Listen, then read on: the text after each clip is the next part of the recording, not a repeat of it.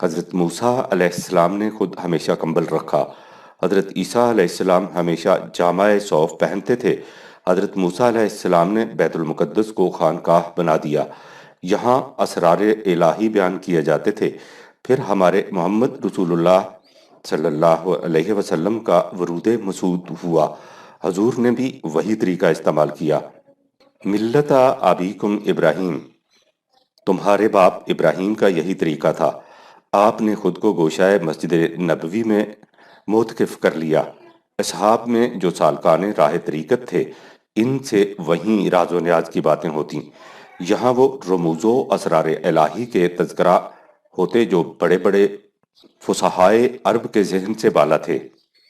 مروی ہے کہ جب آپ کسی صحابی کی عزت و تکریم فرماتے تو ان کو ردائے مبارک یا اپنا پیراہن شریف عنایت فرماتے۔ وہ شخص صحابہ رضی اللہ عنہما میں صوفی سمجھا جاتا جن کو پیراہن عطا ہوتا۔ شیخ علی حجویری المعروف بیداتا گنج بخش لاہوری نے اپنی کتاب کشف المحجوب میں ایک باب باندھا ہے جس کا عنوان ہے صحابہ اکرام اہل طریقت کے پیشوا۔ وہ اس میں لکھتے ہیں، صحابہ کرام رضی اللہ تعالی عنہما میں صوفیہ کے پیشوائے اعظم امیر المومنین حضرت ابوبکر صدیق رضی اللہ تعالی عنہ ہیں۔ آپ اسلام کے گلے سرسبز، اہل تجرید کے امام اور اہل تفرید کے شہنشاہ ہیں۔ مشائخ رحم اللہ نے آپ کو صاحبان مشاہدہ میں مقدم رکھا ہے۔ حضرت عمر فاروق رضی اللہ تعالی عنہ گدڑی پہنتے اور دین پر سختی سے عمل کرتے صوفیہ کے مقتدا ہیں۔ دینی فراست، باریک بینی اور خدا کی محبت میں استغراق آپ کے ساتھ مخصوص ہے۔ آپ کے بارے میں حضور صلی اللہ علیہ وسلم کا فرمان ہے، عمر کی زبان سے حق بات نکلتی ہے، اگر میری امت میں کوئی محدث ہوگا تو عمر ہوگا۔ حضرت عثمان بن عفان رضی اللہ تعالی عنہ شرم و حیا و تسلیم و رضا میں صوفیہ کے امام ہیں۔ حضرت علی المرتضیٰ رضی اللہ تعالی عنہ کی راہ طریقت میں بڑی شان ہے اور ان کا مرتبہ بلند تر ہے۔ علم و فہم دین میں آپ کا مرتبہ مسلم ہے اور اصول حقیقت کے بیان اور وضاحت میں آپ بے نظیر ہیں۔ آپ کے لیے حضور نے فرمایا، میں علم کا شہر ہوں اور علی اس کا دروازہ۔ صوفیہ کی تو بات چھوڑیے، وہ اپنے کسی دعویٰ کے بیان یا قول کے لیے کسی سند کی ضرورت نہیں سمجھتے۔ ان کا علم سینہ بسینہ منتقل ہوتا ہے۔ ہمارے ہاں کے تو مورخین کی بھی یہ کیفیت ہے کہ تاریخ کا آغاز حضرت آدم سے کرتے ہیں اور کبھی نہیں بتاتے کہ جو کچھ وہ کہتے ہیں اس کی سند کیا ہے۔ بہرحال ہمارے صوفیہ یا تصوف کی تاریخ اس طرح بیان کی جاتی ہے۔ اس کتاب میں میرے پیش نظر صوفیہ کی تاریخ مرتب کرنا نہیں، مجھے تو صرف یہ بتانا ہے کہ تصوف کا اسلام سے کیا تعلق ہے۔ اس لیے میں تاریخی طور پر ان کے صرف نمایاں خد و خال پیش کروں گا جن سے ان کا اجمالی سا تعارف ہو جائے۔ سلاسل تصوف میں عام طور پر 4 پیر اور 14 خانوادے گنائے جاتے ہیں۔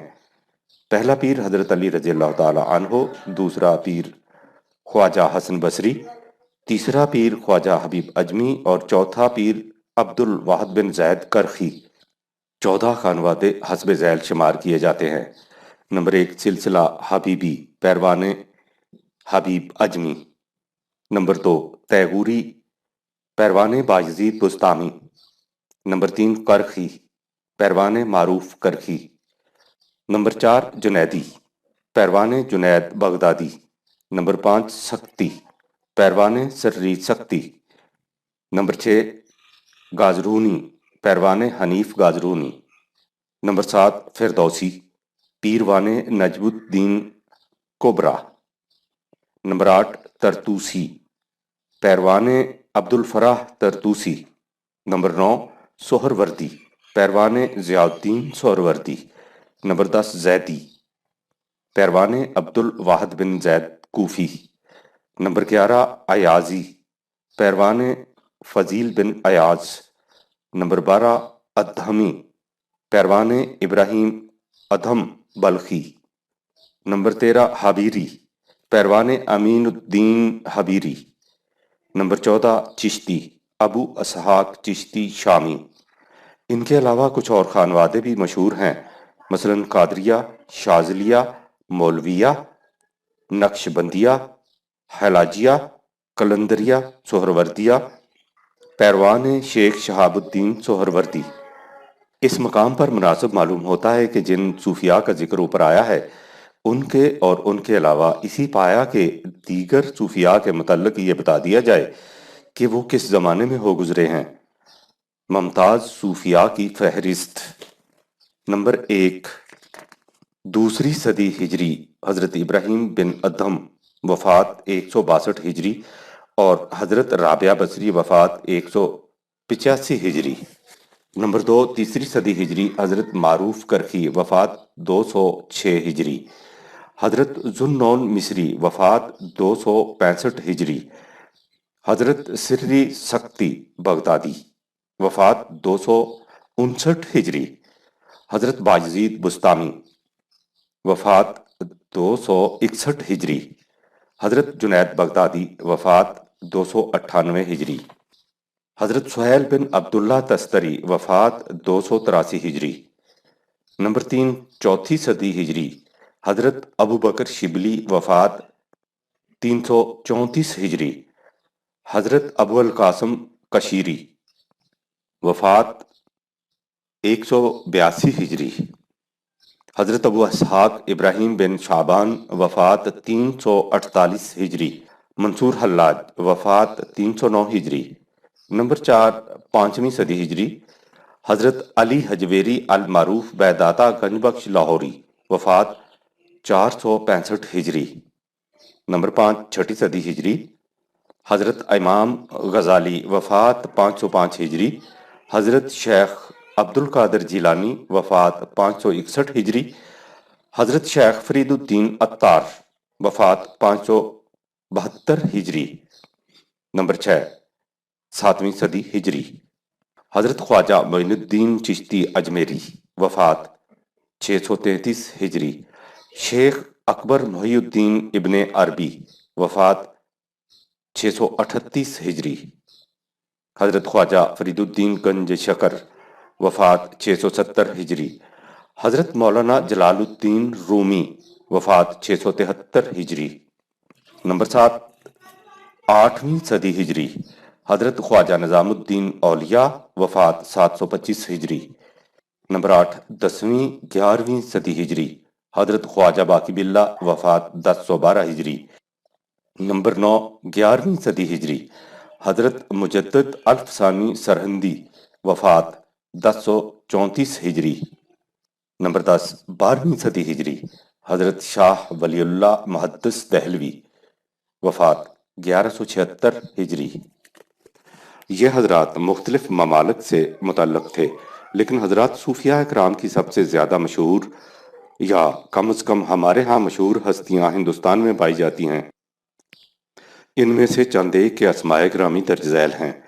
حضرت سید سالار مسعود بڑائچ، وفات 424 ہجری، حضرت خواجہ معین الدین اجمیری، وفات 633 ہجری، اور ان کے بعد جملہ چشتیہ خواجگان، حضرت جلال الدین تبریزی، وفات 642 ہجری بنگال، حضرت محمد گیسودراز بلگام، سن وفات مشکوک ہے، حضرت شاہ جلال یمنی، وفات 786 سلہٹ آسام، حضرت سید علی حمدانی، وفات 791 ہجری کشمیر، حضرت شیخ بہاؤالدین ذکریہ ملتانی، وفات 666 ہجری، حضرت علاؤالدین صابر کلیری، وفات 690 ہجری، حضرت سید جلال الدین مخدوم جہانیہ جہاں گشت، وفات 785 ہجری اچ، حضرت خواجہ باقی باللہ نقشبندی، وفات 1012 ہجری دہلی، حضرت مجدد الف ثانی انہی کے مرید اور خلیفہ تھے۔ برصغیر ہند و پاک میں صوفیاء اکرام کے 4 خانوادے زیادہ مشہور ہیں۔ نمبر 1 چشتیہ، نمبر 2 قادریہ، نمبر 3 سہروردیہ، نمبر 4 نقشبندیہ۔ ترکوں میں بکتاشی فرقہ کو زیادہ شہرت حاصل ہوئی ہے۔ اس کے بانی حاجی بہتاش ولی تھے جو 680 ہجری میں خراسان میں پیدا ہوئے اور 738 ہجری میں وفات پائی۔ ان کے عقائد عجیب و غریب تھے۔ کشمیر میں نور بخشی سلسلہ نے زیادہ شہرت حاصل کی۔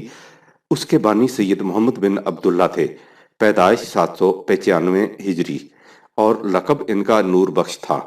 ان کے عقائد بھی عجیب و غریب تھے جن میں شیعیت کا رنگ نمایاں تھا۔ عقائد جس طرح ارباب شریعت کے مختلف فرقے ہیں اور ان میں باہمی اختلاف ہے، اسی طرح صوفیہ کے مختلف سلسلوں میں بھی باہمی اختلاف پایا جاتا ہے۔ فروعات کے اعتبار سے تو یہ اختلاف بکثرت ہیں، لیکن اصولی نقطہ نظر سے انہیں 3 شقوں میں تقسیم کیا جا سکتا ہے، یعنی حلول، وحدت الوجود اور وحدت الشہود۔ ہم یہاں ان کے متعلق مختصر سے اشارات پر اکتفا کرتے ہیں، ورنہ تفصیل میں جانے کے لیے تو ایک جداگانہ کتاب کی ضرورت ہوگی۔ حلول نمبر 1، ہندوؤں کے ہاں اوتار کا عقیدہ عام ہے۔ اس کے معنی یہ ہے کہ خود ایشور، خدا، مادی مخلوق کے پیکروں میں نمودار ہوتا رہتا ہے۔ چنانچہ ان کے ہاں پرہلاد بھگت کے واقعہ سے متعلق چیونٹی سے لے کر رام اور کرشن تک اوتار مانے جاتے ہیں۔ یہی عقیدہ مسلمانوں کے ہاں اہل تشیع کے غالی فرقوں میں در آیا۔ تفصیل 5ویں باب میں گزر چکی ہے۔ چنانچہ سب سے پہلے یہ عقیدہ وضع کیا گیا کہ اللہ تعالی حضرت علی رضی اللہ تعالی عنہ کی ذات میں اور ان کی اولاد میں حلول کر آیا تھا۔ اس کے بعد نصیریہ، کیسانیہ، کرامتہ اور باطنیہ فرقوں میں یہ عقیدہ اور بھی متشدد ہوتا چلا گیا۔ وہیں سے یہ عقیدہ صوفیہ کے عقائد میں داخل ہو گیا۔ منصور حلاج، ان میں حسین بن منصور حلاج اس کا پہلا علمبردار سمجھا جاتا ہے۔ اس کا دعویٰ تھا کہ خدا کی ذات اس میں حلول کر گئی ہے، اسی وجہ سے وہ انا الحق کا نعرہ بلند کرتا تھا۔ ایک عامی سے شعر کے الفاظ ہیں: خود راز انا الحق کو وہی کھول رہا ہے، منصور کے پردے میں خدا بول رہا ہے۔ فرانس کے ایک محقق موسیو لوئی ماسیون نے حلاج کی کتاب التواسین اپنے تشریحی حواشی کے ساتھ شائع کی ہے۔ اس میں حلاج کا جو بنیادی عقیدہ بیان کیا گیا ہے، اس کا ملخص یہ ہے کہ تخلیق کائنات سے پہلے خدا خود اپنی ذات میں گم تھا۔ اس نے اپنے آپ کو ظاہر کرنا چاہا تو آدم کو پیدا کیا۔ اس طرح خدا لاہوت آدم ناسوت میں حلول کر گیا اور یوں خدا اور انسان ایک ہو گئے۔ خطیب بغدادی نے اپنی تاریخ میں اس کے کچھ اشعار نقل کیے ہیں۔ ان میں سے 2-1 کا ترجمہ درج ذیل ہے: پاک ہے اس کی ذات جس نے اپنے ناسوت کو لاہوت کا روشن بھید بنا کر ظاہر کیا، پھر وہ اپنی مخلوق میں کھانے پینے والوں کی شکل میں آشکارا ہوا، یہاں تک کہ اس کو اس کی مخلوق نے اس طرح دیکھا جیسا ایک دیکھنے والا دوسرے کو دیکھتا ہے۔ یہ عقیدہ کس قدر بالبداہت کفر تھا، اس کا اعتراف اور اعلان خود منصور نے ان الفاظ میں کیا ہے کہ کفرت بدین اللہ والکفر واجب لدی و عند المسلمین قبیح، میں نے اللہ کے دین کا انکار کیا اور میرے نزدیک یہ انکار کفر واجب ہے، اگرچہ مسلمانوں کے نزدیک یہ بہت برا ہے۔ اس کے اسی کفر کی بنا پر عباسی خلیفہ المقتدر باللہ نے اسے ذیقعد سن 309 ہجری میں بغداد میں قتل کر دیا اور اس کی لاش جلا کر دریا میں بہا دی۔ یہ عقیدہ اگرچہ عام نہ ہو سکا، لیکن بعد میں آنے والے بعض اکابر صوفیاء نے منصور کو حق پر قرار دیتے ہوئے مستوجب تحسین و تبریک قرار دیا ہے۔ شیخ اکبر ابن عربی اس کا نام بڑے احترام اور عظمت سے لیتے ہیں۔ خواجہ نظام الدین اولیاء منصور کی بزرگی کے اس قدر قائل تھے کہ انہوں نے اپنے ملفوظات میں لکھا ہے کہ انہوں نے ایک دن اپنے مرشد سے دریافت کیا کہ سیدی احمد کیسے تھے۔ انہوں نے فرمایا، وہ بزرگ شخص تھے۔ عربوں کا قاعدہ ہے کہ جب کسی کو بزرگی سے یاد کرتے ہیں تو اسے سیدی کہتے ہیں۔ وہ شیخ منصور حسین حلاج کے زمانے میں تھے۔ جب انہیں جلایا گیا اور ان کی راکھ دجلہ میں ڈالی گئی تو سیدی احمد نے ذرا سی خاک اس میں سے تبرکن اٹھا کر کھا لی تھی۔ یہ ساری برکتیں اسی سبب سے انہیں حاصل ہوئی تھیں۔ فوائد الفواد اردو ترجمہ